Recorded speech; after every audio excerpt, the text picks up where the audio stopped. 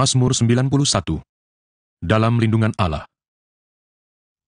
Orang yang duduk dalam lindungan yang maha tinggi dan bermalam dalam naungan yang maha kuasa akan berkata kepada Tuhan, tempat perlindunganku dan kubu pertahananku, Allahku yang kupercayai. Sungguh, dialah yang akan melepaskan engkau dari jerat penangkap burung, dari penyakit sampar yang busuk. Dengan kepaknya, ia akan menudungi engkau, di bawah sayapnya, engkau akan berlindung. Kesetiaannya ialah perisai dan pagar tembok. Engkau tak usah takut terhadap kedahsyatan malam, terhadap panah yang terbang di waktu siang, terhadap penyakit sampar yang berjalan di dalam gelap, terhadap penyakit menular yang mengamuk di waktu petang. Walau 1000 orang rebah di sisimu dan 10.000 di sebelah kananmu, tetapi itu tidak akan menimpamu. Engkau hanya menontonnya dengan matamu sendiri dan melihat pembalasan terhadap orang-orang fasik. Sebab Tuhan ialah tempat perlindunganmu, yang maha tinggi telah kau buat tempat perteduhanmu. Malapetaka tidak akan menimpa kamu, dan tulah tidak akan mendekat kepada kemahmu. Sebab malaikat-malaikatnya akan diperintahkannya kepadamu untuk menjaga engkau di segala jalanmu. Mereka akan menatang engkau di atas tangannya, supaya kakimu jangan terantuk kepada batu. Singa dan ular tedung akan kau langkahi, engkau akan menginjak anak singa dan ular naga. Sungguh, hatinya melekat kepadaku, maka aku akan meluputkannya, aku akan membentenginya, sebab ia mengenal namaku. Bila ia berseru kepadaku, aku akan menjawab, aku akan menyertai dia dalam kesesakan, aku akan meluputkannya dan memuliakannya. Dengan panjang umur akan kukenyangkan dia, dan akan kuperlihatkan kepadanya keselamatan daripadaku. Shalom Bapak Ibu Saudara yang terkasih di dalam Tuhan. Kita mengucap syukur kepada Tuhan, oleh karena kemurahannya kita masih dapat mengikuti ibadah online. Ibadah pada hari ini dilayani oleh hambanya, yaitu Bapak Pendeta Teddy dengan tema Never Give Up. Saya juga tidak lupa mengingatkan Bapak Ibu Saudara untuk tetap mengikuti protokol kesehatan, yaitu 5M, memakai masker, menjaga jarak, mencuci tangan, menjauhi kerumunan, dan mengurangi mobilitas serta interaksi. Saya juga mengundang Bapak Ibu Saudara untuk mengikuti rumah doa yang dilaksanakan setiap Sabtu pagi pada pukul 7 hingga 8 waktu Indonesia Barat melalui Zoom. Saya juga mengucap syukur dan berterima kasih kepada Bapak Ibu Saudara yang sudah tergabung di dalam komunitas School dan turut mengundang Bapak Ibu Saudara yang belum tergabung di dalam komunitas School untuk segera bergabung di 6 wilayah yang tersedia. Dan bagi Bapak Ibu Saudara yang ingin mengirimkan persembahan, dapat mengirimkannya melalui transfer atau scan QRIS yang tersedia. Sebelum memulai ibadah, mari kita bersatu di dalam doa. Bapak, terima kasih Tuhan untuk hari ini. Bapak, kami sangat ucap syukur kalau pada hari ini ya Bapak kami dapat kembali beribadah online Tuhan Yesus. Kami dapat kembali datang Tuhan Yesus kepadamu Tuhan Yesus, memanjatkan pujian, syukur ya Bapak, dan mengikuti ibadah online ini Tuhan. Semua ini Tuhan Yesus oleh karena kemurahan dan kebaikan-Mu ya Bapak. Tuhan juga ya Bapak, pada hari ini kami bersepakat berdoa bagi negara kami Indonesia ya Tuhan. Tuhan, kami percaya Bapak, Indonesia ada di dalam tangan-Mu Tuhan. Kami percaya Bapak bahwa perlindungan-Mu, penyertaan-Mu ada bagi negara kami Indonesia. Tuhan, juga kami ingin berdoa Tuhan, mulai dari pemerintah hingga dengan rakyat-rakyat Indonesia, kiranya Kau yang berkati Bapak. Kau yang juga berkati pemimpin kami, yaitu Bapak Jokowi beserta dengan wakilnya Bapak Ma'ruf Amin, dan juga staf-staf negara lainnya Bapak. Tuhan, kami serahkan negara kami ini ke dalam tangan-Mu Tuhan, dan kiranya Tuhan Yesus Engkau yang terus pakai negara kami ya Bapak, menjadi messenger of the third Pentecost ya Bapak. Tuhan, juga pada hari ini Tuhan kami bersepakat ingin berdoa bagi gereja kami Tuhan. Tuhan, kami percaya Bapak bahwa gereja kami ini ada di dalam tangan-Mu Tuhan. Kiranya ya Bapak, Kau yang terus berkati gereja kami ya Bapak, dan kiranya Tuhan Yesus dengan gereja kami ini Tuhan Yesus kami dapat terus merasakan hadirat-Mu Tuhan Yesus melalui ibadah-ibadah online yang tersedia Bapak. Tuhan, Kau yang berkatikan juga ya Bapak gembala sidang kami Tuhan, yaitu Bapak Niko Nyoto Raharjo beserta dengan keempat wakilnya. Kau yang juga berkatikan gembala rayon kami ya Bapak, yaitu Bapak Totong beserta dengan wakilnya. Kau yang juga berkatikan gembala GBI Point Square, yaitu Bapak Suwardi beserta dengan wakil dan Bapak Penatua Bapak. Tuhan juga berkatikan ya Bapak kami Tuhan sebagai jemaat ya Bapak, kiranya kami ya Bapak dapat terus Tuhan setia Tuhan beribadah dan melayani-Mu Tuhan Yesus. Kiranya ya Bapak Kau yang terus pakai gereja kami Tuhan Yesus menjadi ya Bapak perpanjangan tangan-Mu Tuhan untuk memenangkan jiwa-jiwa. Terima kasih Tuhan, terima kasih Bapak kalau pada hari ini kami sudah berdoa ya Tuhan Yesus, dan hari ini Tuhan kami siap ya Bapak untuk mengikuti ibadah. Kiranya Kau yang sertai mulai dari awal, pertengahan, hingga akhir. Dalam nama Tuhan Yesus kami sudah berdoa dan ucap syukur. Haleluya. Amin. Selamat beribadah dan Tuhan Yesus memberkati. Mari kita deklarasikan Pentakosta ketiga. Apa yang dimaksud dengan Pentakosta ketiga? 1. Pentakosta ketiga adalah pencurahan Roh Kudus yang dahsyat di zaman ini melebihi yang terjadi di Azusa Street. 2. Pentakosta ketiga akan mengakibatkan penuaian jiwa yang terbesar dan yang terakhir sebelum Tuhan Yesus datang kembali. 3. Pentakosta ketiga akan membangkitkan generasi Yeremia, yaitu anak-anak muda yang dipenuhi Roh Kudus, cinta mati-matian kepada Tuhan Yesus, tidak kompromi terhadap dosa, dan akan bergerak untuk memenangkan jiwa. 4. Pentakosta ketiga lahir di Indonesia dan bergerak ke bangsa-bangsa. Gerakan ini dari timur ke barat dan akan kembali ke Yerusalem.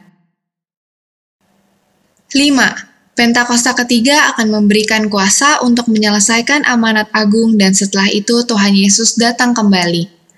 Amin. Mari kita perkatakan visi GBI Rayon 1H. Menjadi keluarga kerajaan Allah yang memenangkan jiwa-jiwa dan berdampak bagi dunia. Dengan nilai ikrar, integritas, keintiman, rendah hati, antusias inovatif, rela berkorban. Amin.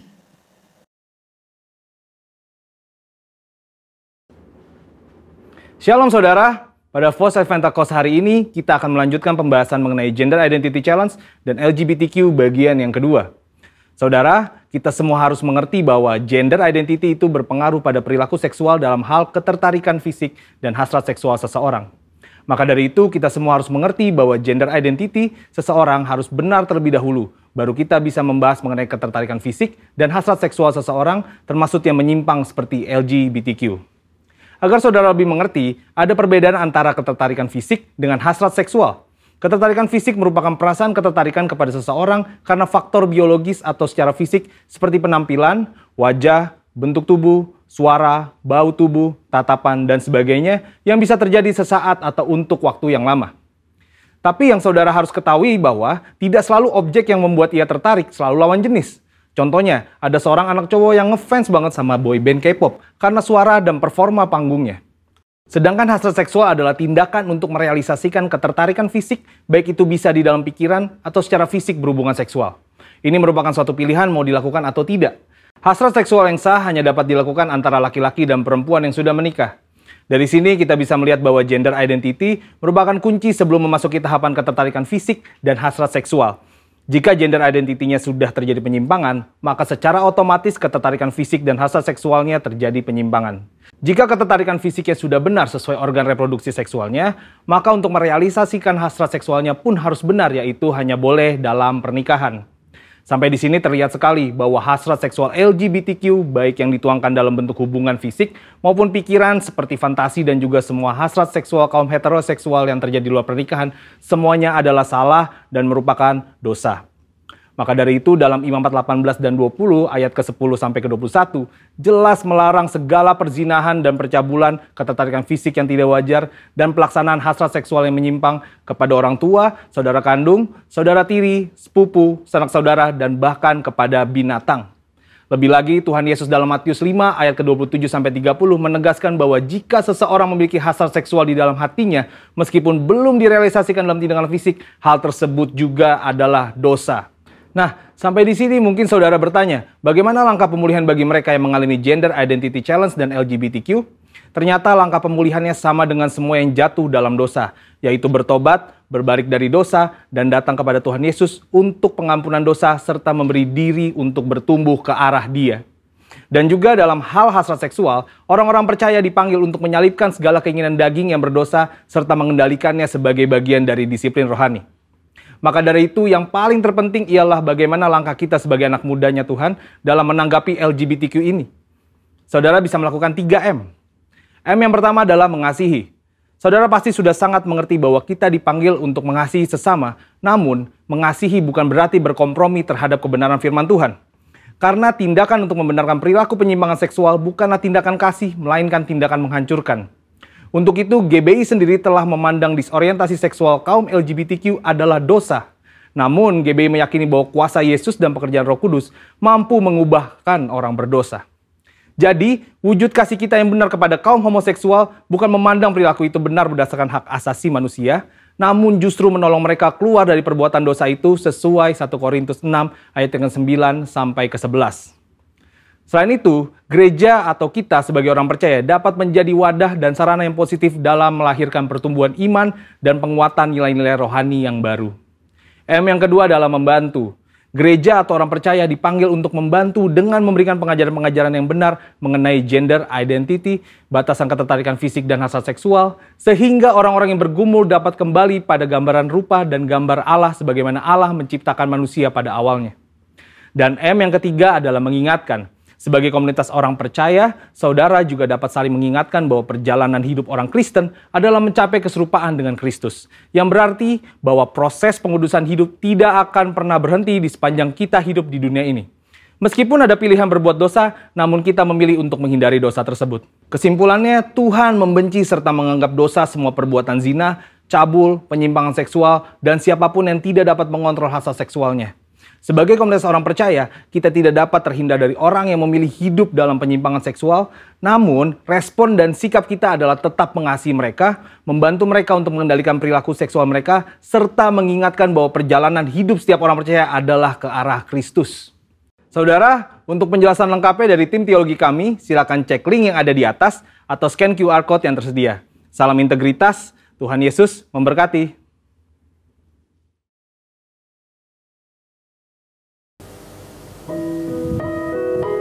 Shalom Bapak Ibu, Saudara-saudari di dalam Tuhan. Boleh lambaikan tangannya, kita mengucap syukur buat minggu ini kita boleh bertemu kembali di ibadah online minggu ini. Siap untuk memuji Tuhan semuanya? Sebelum kita memuji Tuhan, kita mari sama-sama berdoa, kita siapkan hati kita untuk memuji menyembah Dia. Bapak yang baik, terima kasih Tuhan Yesus buat minggu ini Tuhan, kalau kami boleh kembali Tuhan, datang masuk dalam hadirat-Mu. Hari ini Tuhan, kami mau sama-sama siapkan hati kami mau memuji, memuliakan Engkau Tuhan Allah, Raja di atas segala Raja. Persiapan hati kami Tuhan, tubuh kami, jiwa kami, untuk kami boleh tetap fokus Tuhan di hadapan Engkau. Terima kasih Tuhan Yesus, terima kasih kami undang Engkau hadir di tengah-tengah kami, melawat, menjamah setiap kami. Terima kasih Bapak yang baik, di dalam nama Tuhan Yesus. Haleluya.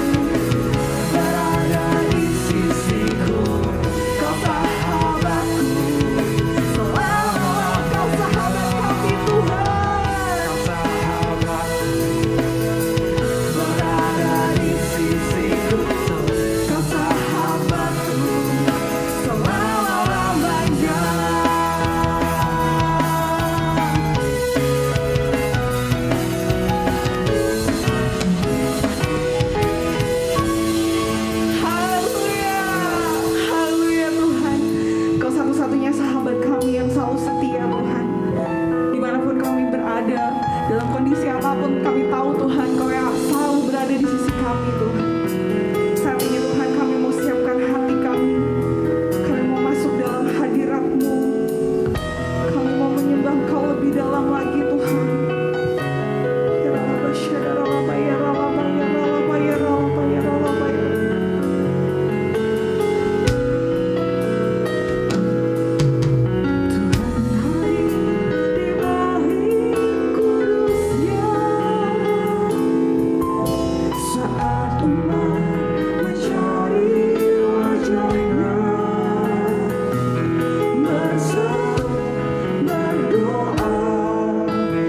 Sujud menyembah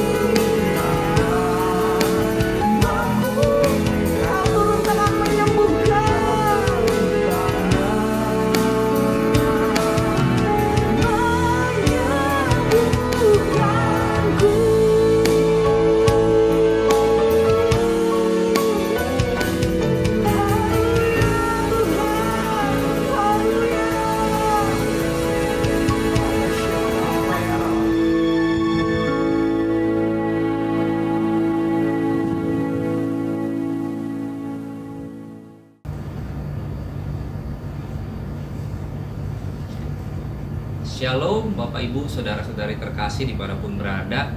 Senang berjumpa kembali dengan Anda semua pada hari ini. Sebelum kita mendengarkan dan belajar kebenaran firman Tuhan, mari kita berdoa. Bapa, di dalam nama Tuhan Yesus, hari ini Tuhan, kami mau duduk diam dengar firman Tuhan. Berikan kami hati seorang murid, bahkan telinga seorang murid yang mau duduk diam dengar firman Tuhan. Bahkan Tuhan, bukan hanya jadi pendengar, tapi kami jadi pelaku-pelaku firman Tuhan. Terima kasih Tuhan. Terima kasih Tuhan Yesus. Urapi hamba-Mu, urapi kami semua Tuhan. Biar benih firman Tuhan ini boleh berakar, bertumbuh, dan berbuah dalam setiap kehidupan kami. Kami serahkan pemberitaan firman Tuhan hari ini hanya di dalam nama Tuhan Yesus. Kami berdoa. Haleluya. Amin. Oke, sekali lagi shalom. Dimanapun Bapak Ibu berada saat ini, sekali lagi saya percaya hadirat Tuhan tidak terhalangi oleh tempat dan waktu. Hari ini Bapak Ibu juga akan mengalami hadirat Tuhan, kuasa Tuhan dimanapun Bapak Ibu berada. Oke Bapak Ibu, dalam hidup ini ada sebuah prinsip. Segala sesuatu ada itu untuk kemudian pergi. Segala sesuatu datang untuk kemudian pergi. Ada awal dan ada akhir. Bahkan hari ini pun datang dan kemudian dia akan pergi. Ya, kalau hari libur juga dia datang dan tidak selamanya kita liburan. Ada saatnya dia harus pergi dan kita kembali kerja. Bahkan pengkhotbah mengatakan bahwa segala sesuatu ada waktunya. Ada waktu tertawa, ada waktu untuk menangis. Ada waktu untuk datang, ada waktu untuk pergi. Bahkan kita pun ada hari ini untuk kita pergi suatu saat nanti. Itulah kehidupan. Kita tidak ada selamanya di dalam dunia ini. Dunia ini sementara. Tapi sewaktu-waktu kita ada untuk kemudian kita pergi, meninggalkan dunia ini dan kita hidup dalam dunia yang baru, langit yang baru. Amin.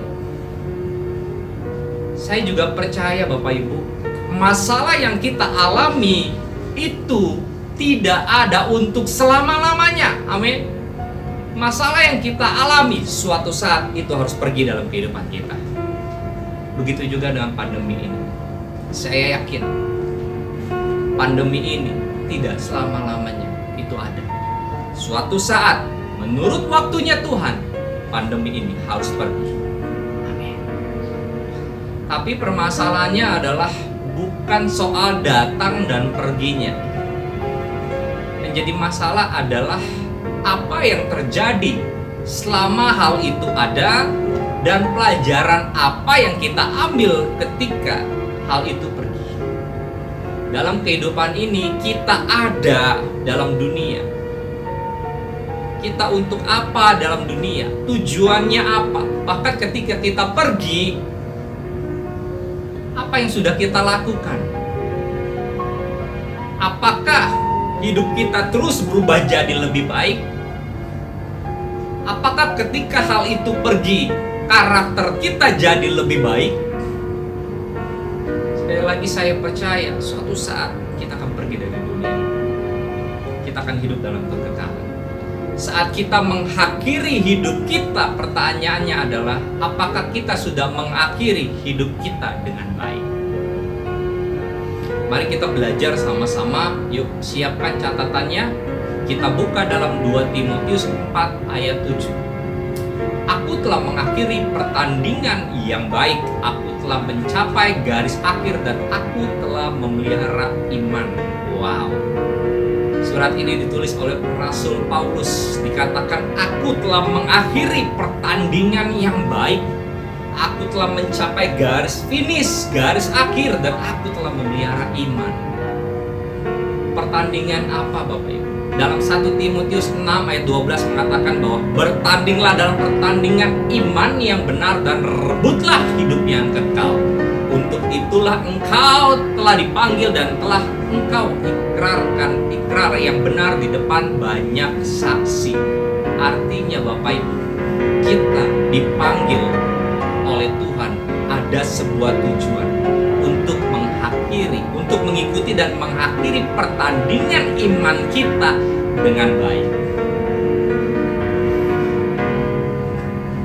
Paulus sudah mengakhiri kehidupannya dengan baik, walaupun ia memulai kehidupannya dengan tidak baik. Dia menganiaya umat-umat orang yang percaya, gitu ya. Tapi puji Tuhan, oleh karena anugerah Tuhan menyelamatkan Paulus. Dan luar biasanya ketika Paulus bertobat, ia memulai kehidupan barunya bersama dengan Kristus dan dia memegang komitmennya sampai akhir. Sampai dia berani bilang, aku telah mengakhirinya, pertandingan iman dengan baik. Padahal kalau kita lihat dalam Alkitab, perjalanan hidup Paulus itu tidak semulus yang mungkin dia harapkan. Dalam kehidupan ini, mungkin dalam kehidupan kita tidak selalu seperti jalan tol, Bapak Ibu ya. Seringkali ada tanjakan, ada turunan gitu ya, ada lubang ya. Paulus dalam kehidupannya dia mulai ikut Tuhan, dia mengalami penderitaan, kesesakan yang luar biasa. Penderitaan batin ketika dia ditolak, penderitaan fisik, dia disesah, didera, dilempar batu, terkantung-kantung di tengah laut, bahkan tidak tidur, lapar, kedinginan, di penjara. Wow, penderitaan yang luar biasa. Tetapi luar biasanya adalah Paulus memegang komitmennya. Waktu dia mulai awali kehidupan barunya bersama Kristus, apapun yang terjadi ke depan, saya mau sampai garis finish. Dia pegang komitmen. Komitmen itu adalah bertahan seberapa sulitnya tugas yang harus dilakukan, tanggung jawab yang harus dilakukan. Saya tetap berpegang pada janji saya.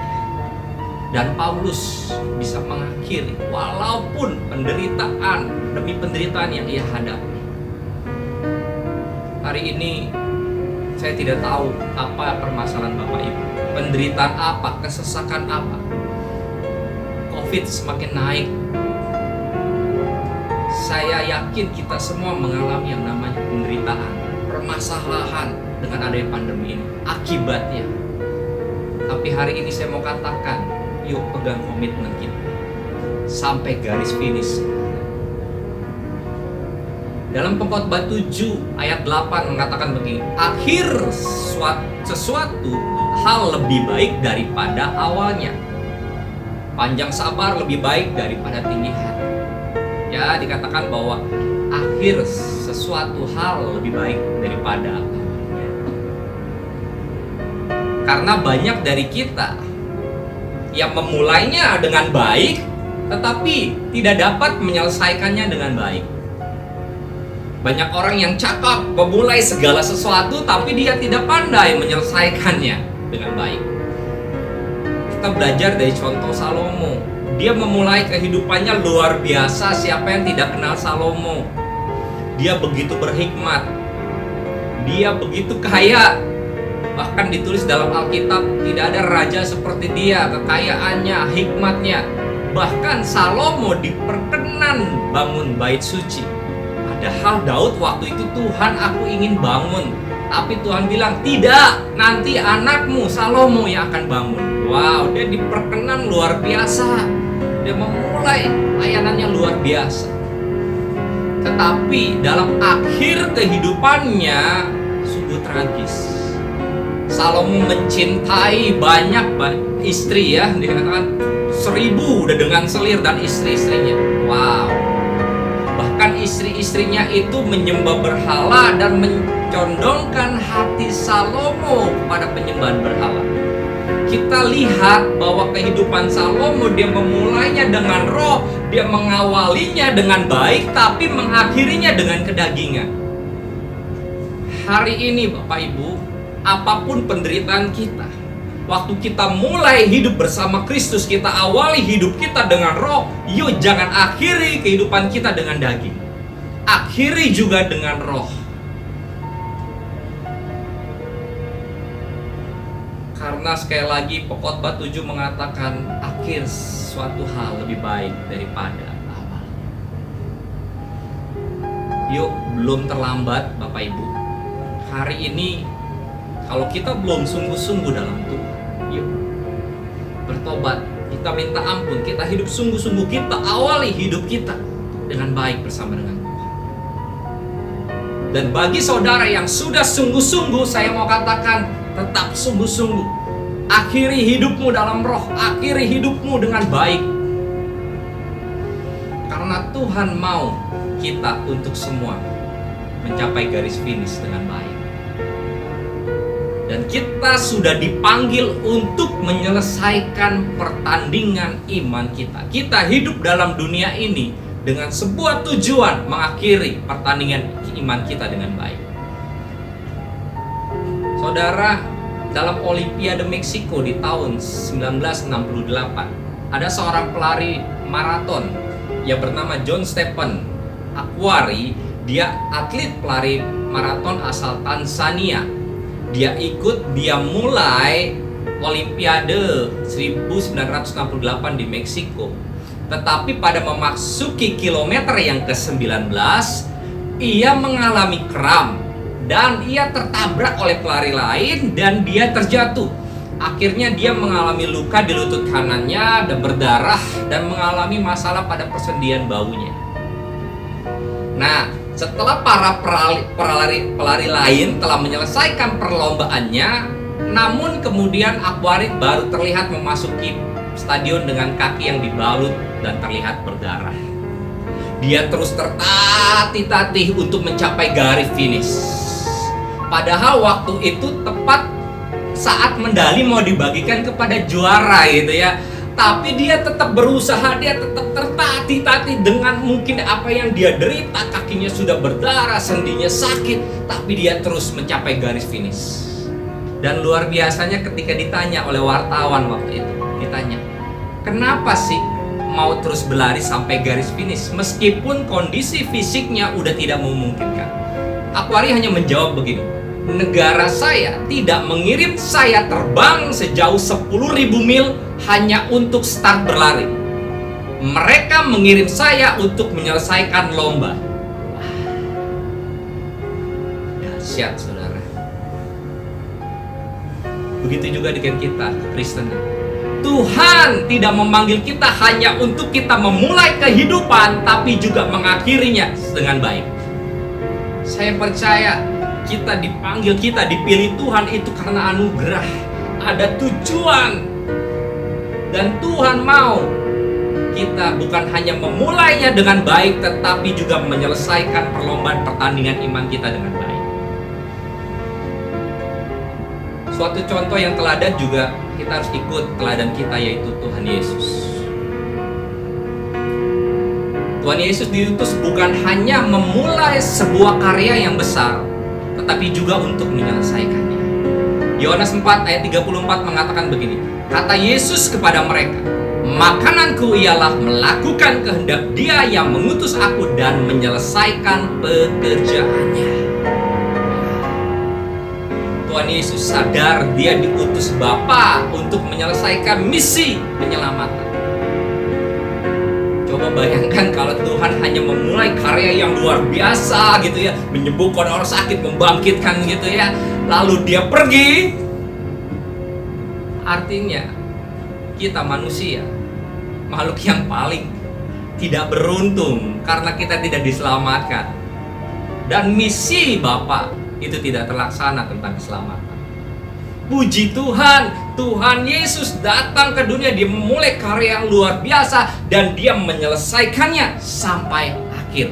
Bahkan di kayu salib Tuhan Yesus bilang begini, sudah selesai. Wow. Suatu komitmen yang luar biasa. Walaupun dalam menyelesaikan pekerjaannya sampai di kayu salib, Tuhan Yesus harus mengalami penderitaan yang sungguh sangat hebat, saya katakan. Saudara pernah nonton tentunya film Passion of Christ. Saya juga pernah tonton pemeran utama dari film itu, si Jim. Dia ada kesaksian, dia katakan waktu dia memerani film Passion of Christ, waktu itu dikontak oleh sutradaranya oleh Mel Gibson. Apa yang dia alami itu sungguh amat tragis. Sendi bahunya sempat terlepas, saudara. Dia sempat mengalami pneumonia. Dia harus operasi. Bahkan waktu dicambuk, dia sempat kena, gitu ya. Saya waktu nonton itu saya bilang, wow, saya yakin apa yang dialami oleh Jim waktu itu tidak sebanding apa yang Tuhan rasakan. Tuhan hanya kasih sedikit gitu ya, teasernya aja buat Jim. Ini loh, gitu ya. Dikatakan bahwa Jim waktu dia disalib, waktu diturunkan, dia udah di atas salib, dia itu kekurangan cairan. Waktu itu dikatakan bahwa waktu udah di atas kayu salib itu orang akan mengalami yang namanya sesak nafas.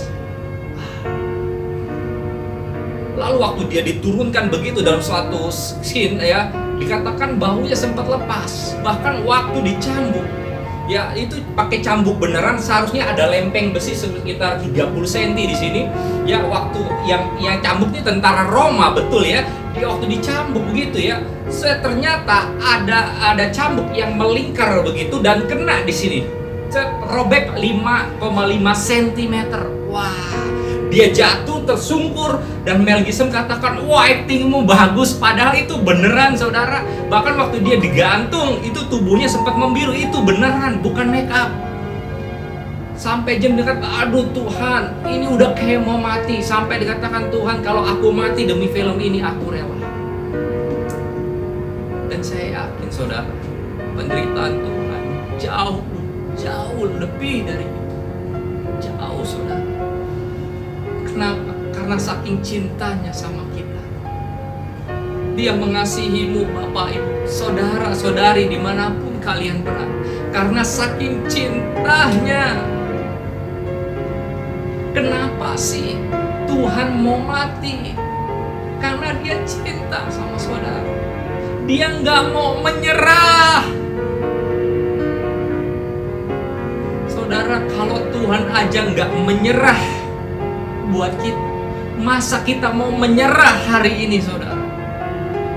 Saya mau katakan, jangan menyerah, saudara. Tuhan sudah kasih teladan. Tuhan mengatakan, aku nggak nyerah. Walaupun apa yang harus aku alami, aku nggak menyerah untuk engkau. Hari ini, jangan menyerah, saudara. Karena Tuhan tidak menyerah untuk engkau. Saya bersyukur Tuhan tidak menyerah buat kita. Saya bersyukur Tuhan tidak mundur buat kita, saudara.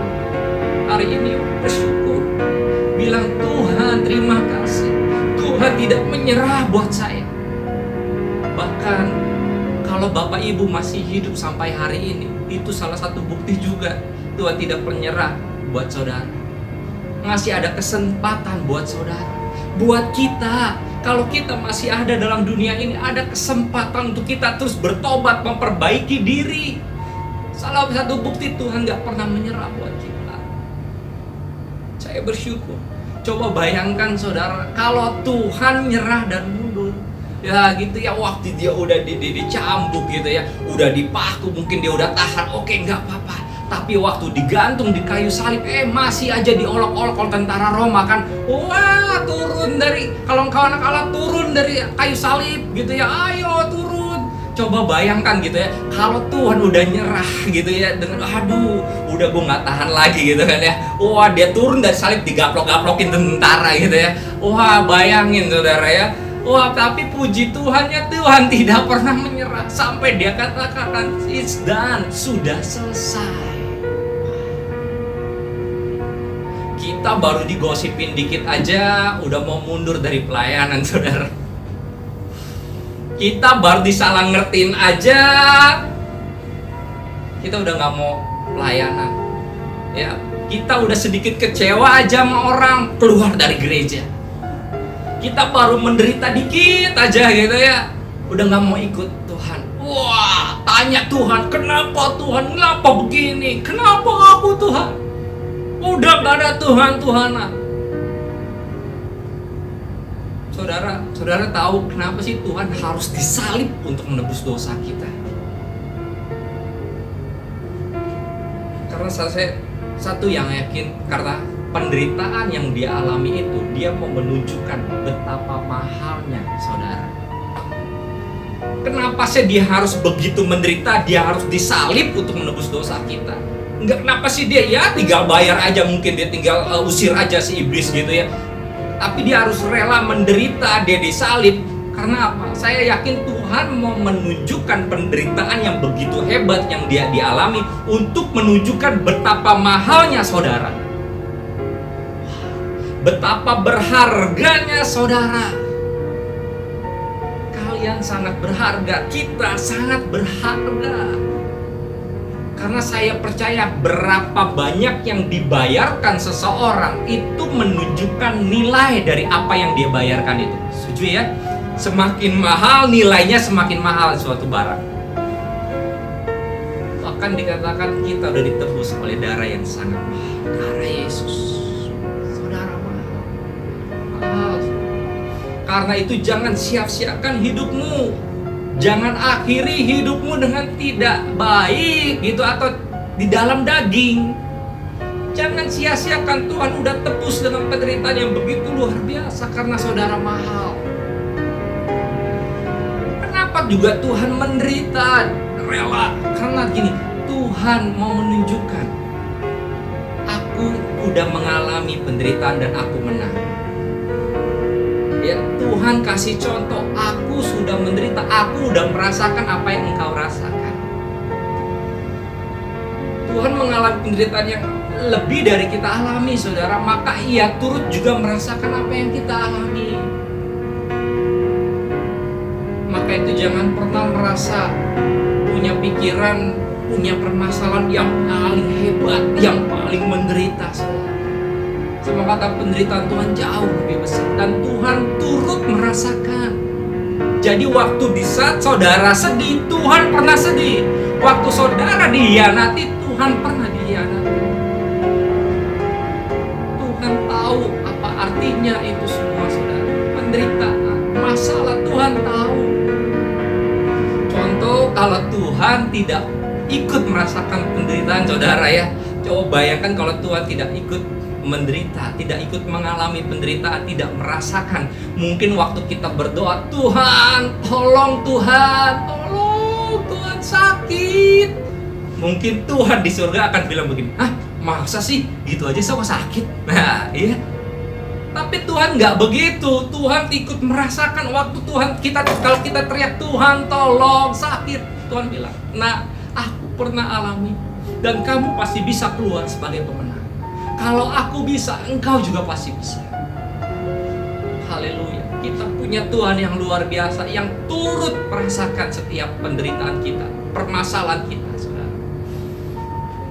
Hari ini saya mau beri pengharapan baru buat kita, bahwa Tuhan pernah merasakan penderitaan, Tuhan tidak menyerah, dan Dia bisa menang. Begitu juga dengan kita. Karena kenapa? Karena Dia yang menang ada dalam diri kita. Haleluya. Saya percaya ketika kita mengalami kuasa kebangkitan Tuhan, ketika Roh Kudus tinggal dalam diri kita, kita bisa menang sebagaimana Kristus telah menang. Saya percaya juga ketika kita terus berjalan bersama Tuhan, kita tidak menyerah. Waktu kita lihat ke belakang dan kita bilang, Tuhan, puji Tuhan. Ketika waktu dulu di belakang saya tidak menyerah. Wah, dahsyat saudara. Saudara, saya juga pernah gagal saudara.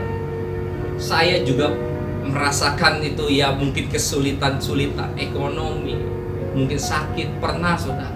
Saya juga pernah jobless saudara, nggak punya kerjaan gitu ya, pelayanan semua hilang. Tetapi waktu saya tidak menyerah, saudara bisa melihat apa yang terjadi sekarang pada diri saya hari ini. Lihat apa yang Tuhan buat saya hari ini. bukan karena kuat dan gagah saya, tapi semua karena Tuhan. Kalau saya bisa lewat, saya percaya Bapak, Ibu, Saudara, Saudari juga bisa lewat. Jangan menyerah. Saya bersyukur waktu dulu saya nggak menyerah. Mungkin kalau saya dulu menyerah, saya tidak bisa seperti hari ini, Bapak Ibu. Kalau Tuhan bisa buat dengan apa saya hari ini seperti hari ini, itu semua karena Allah.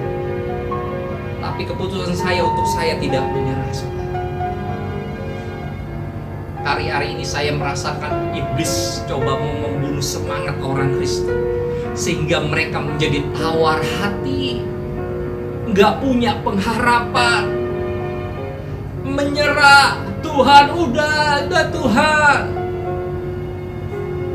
Saya begitu merasakan tekanan yang luar biasa, saudara. Bahkan roh maut dalam pandemi ini begitu kuat, sehingga banyak orang yang takut mati, takut yang mengakhiri pertandingan imannya, saudara. Saya dengar beberapa kesaksian dari orang-orang yang pernah terkena COVID, saudara. Mereka begitu diintimidasi sangat oleh si iblis. Mereka begitu ketakutan, bahkan roh maut mengintai mereka. Hari ini berdoa biar itu dipatahkan semua, segala roh maut dipatahkan dalam nama Yesus. Saya percaya ini peperangan rohani yang terbesar di akhir zaman, saudara. Iblis tahu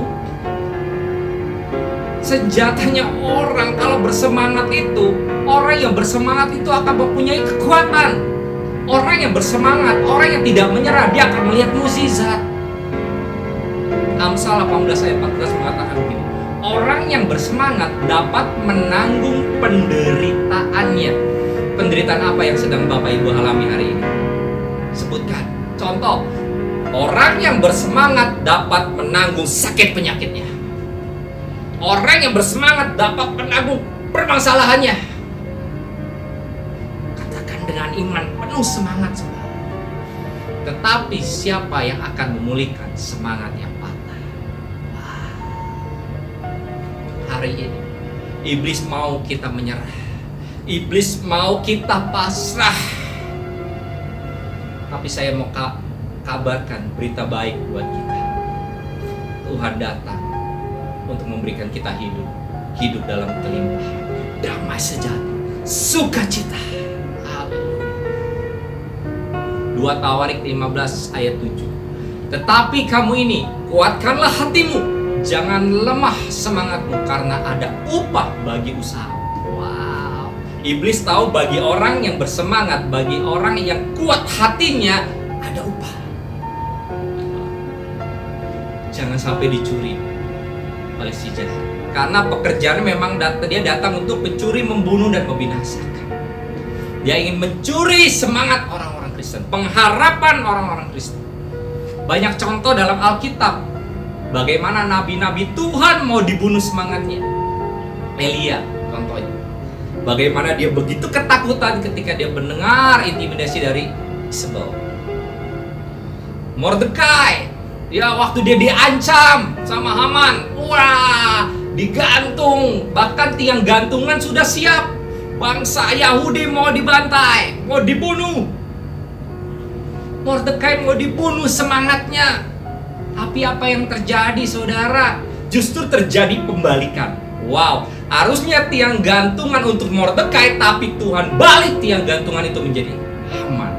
Wow, Tuhan bisa pakai cara yang sama yang iblis gunakan untuk membalikan keadaan saudara. Tidak ada yang sukar bagi Tuhan. Bahkan kayu salib dipakai iblis sebagai kutukan, tapi Tuhan ganti sebagai berkat. Saya mau katakan Bapak Ibu, Tuhan sanggup, lebih daripada sanggup, dan tidak ada yang sukar bagi Dia. Hari ini, apapun kehidupan kita, Tuhan sanggup membalikkan. Masalahnya adalah jangan menyerah. Jangan menyerah. Saudara, payung tidak bisa menghentikan hujan, tapi payung membawa kita menembus hujan, berlari ya. Nah, semangat tidak membuat masalah kita langsung selesai atau berhenti, betul ya? Tetapi semangat bisa membawa kita melewati setiap permasalahan kita dan keluar sebagai pemenang. Haleluya. Hari ini saya mau katakan semangat. Coba yang di kanan samping kirinya, kalau ada orang bilang gitu, semangat ya. Nah, saya mau katakan sumber semangat kita sebagai orang Kristen itu adalah Tuhan. Semangat harus timbul dari dalam. Banyak orang yang semangat itu karena dari luar. Terbalik saudara, semangat itu harus timbul dari dalam. Dari mana? Dari Roh Kudus. Dari dalam timbul keluar. Karena banyak orang yang gak bersemangat karena mereka salah menaruh harapan semangat mereka dari luar, dari keadaan. Ketika keadaan jelek, maka semangatnya juga ikut turun, ikut jelek. Tapi ketika kita punya semangat dari dalam, kita tahu ada Tuhan dalam diri kita, maka apapun di luar keadaan kita, baik maupun buruk, kita akan tetap bersemangat karena ada Tuhan di dalam diri kita. Yesaya 40 ayat 29 sampai 31 mengatakan begini. Dia memberi kekuatan kepada yang lelah dan menambah semangat kepada yang tiada berdaya.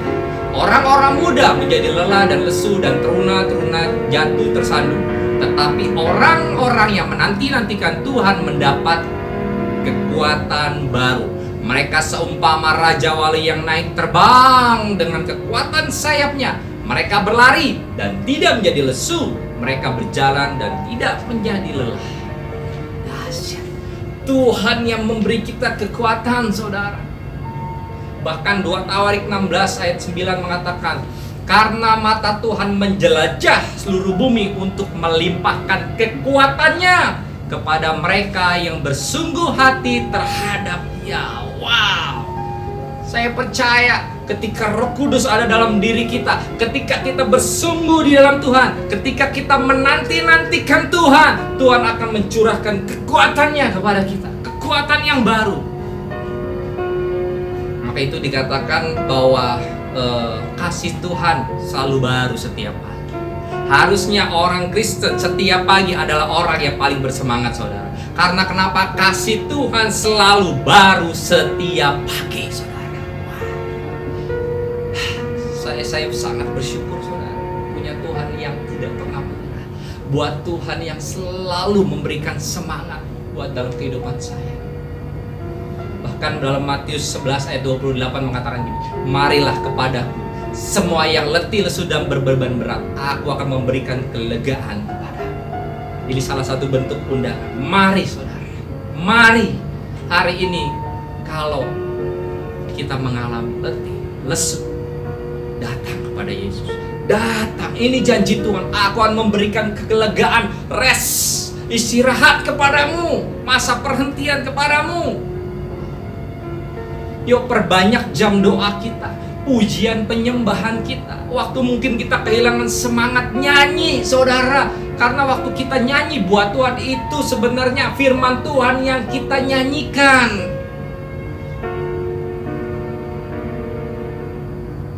Perbanyak jam doa kita, perbanyak pujian, perbanyak bahasa roh kita, perkuat yuk. Apalagi saat-saat seperti ini, saudara, kita banyak waktu di rumah. Yuk, manfaatkan, bangun hubunganmu, tetap selalu terhubung sama Dia, sumber semangat kita satu-satunya. Percaya setiap janji Tuhan, pegang setiap janjinya. Bahkan minta hikmat ketika mungkin kita sedang mengalami jalan buntu. Minta hikmat, Tuhan tolong. Saya percaya sumber hikmat juga Tuhan, saudara. Bahkan saya mau ajak sekarang untuk saudara ingat yuk kebaikannya Tuhan. Kalau dulu Dia tolong, sekarang dan ke depan Dia juga pasti tolong. Karena Dia Allah yang setia. Kebaikan terbesar Tuhan ketika Dia mati buat kita. Dia menderita buat kita, saudara. Bahkan hari-hari ini kita sedang diingatkan oleh kasih mula-mula, saudara. Kasih mula-mula berbicara tentang gairah semangat kita, bagaimana kita ikut Tuhan pertama kali. Iblis coba ingin membunuh gairah itu, semangat itu. Sehingga kita mungkin ikut Tuhan hanya sebuah rutinitas, tidak ada lagi gairah, tidak ada lagi semangat. Hari ini yuk ingat-ingat kebaikan Tuhan. Ingat-ingat waktu kita pertama kali jatuh cinta sama Tuhan. Saya analogikan sama sebuah pernikahan Bapak Ibu ya. Seringkali kalau dulu waktu pranikah gitu ya, waktu jatuh cinta, wah indah sekali gitu kan ya.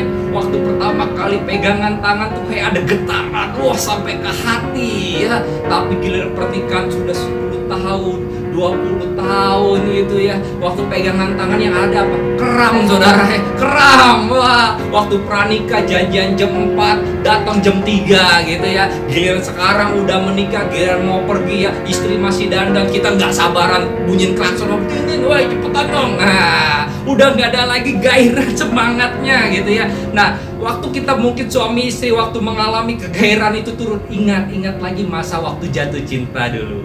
Ingat lagi, wah begitu indah gitu ya. Sama waktu mungkin hari ini kita melakukan pelayan, segala aktivitas hanya rutinitas, nggak ada gairah. Ingat lagi kebaikan Tuhan. Ingat lagi pada saat kita jatuh cinta sama Tuhan. Saudara, saya mau katakan kedatangan Tuhan sudah semakin dekat. Garis finish kita sudah sebentar lagi. Sudah sebentar lagi. Saya mau katakan juga mungkin garis finish udah kelihatan 3 berapa ratus meter lagi di depan kita. Dan saya percaya sebelum garis finish itu, saya percaya Pentakosta ketiga akan digenapi.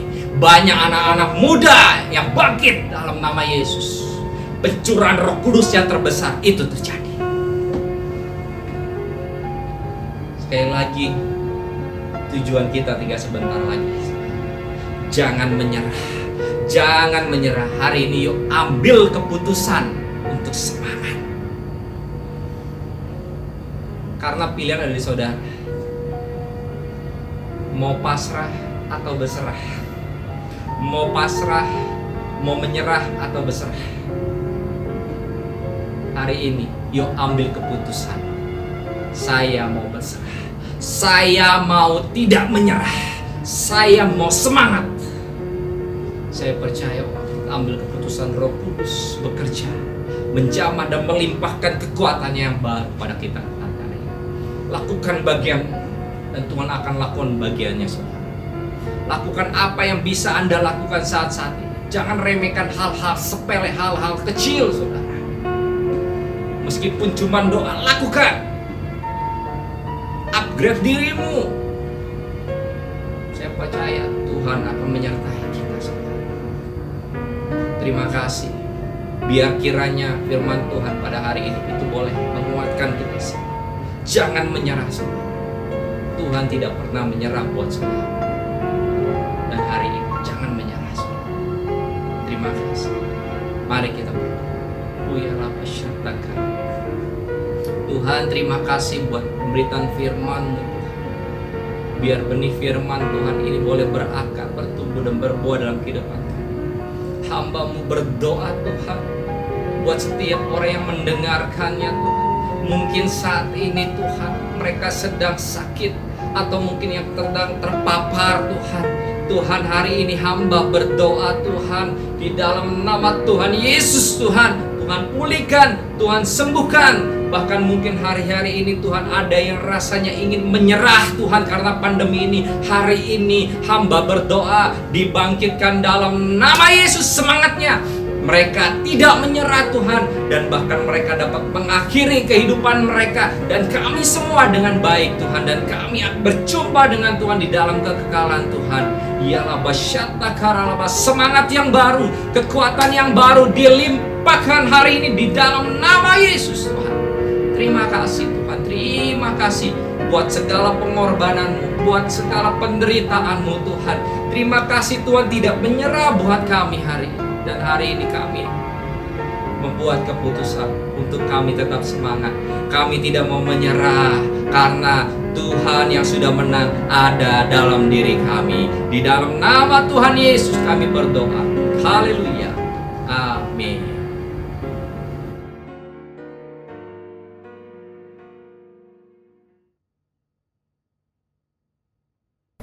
Mari Bapak Ibu Saudara dikasih Tuhan, kita akan mengakhiri ibadah Angkat tanganmu dan terimalah berkat dari Tuhan. Tuhan memberkatimu dan melindungimu. Tuhan menyinari engkau dengan wajah-Nya dan memberikan kau kasih karunia. Tuhan menghadapkan wajah kepadamu dan memberikan kau damai sejahtera. Terimalah berkat yang datang daripada sorga, kasih daripada Tuhan Yesus, pengurapan dan kuasa daripada Allah Roh Kudus tercurah menyertaimu, memberkatimu mulai hari ini sampai Maranatha. Tuhan Yesus datang kembali yang kedua kalinya, bahkan kekal sampai selama-lamanya. Mari yang percaya dan terima berkat Tuhan, sama-sama katakan amin. Membuatku berarti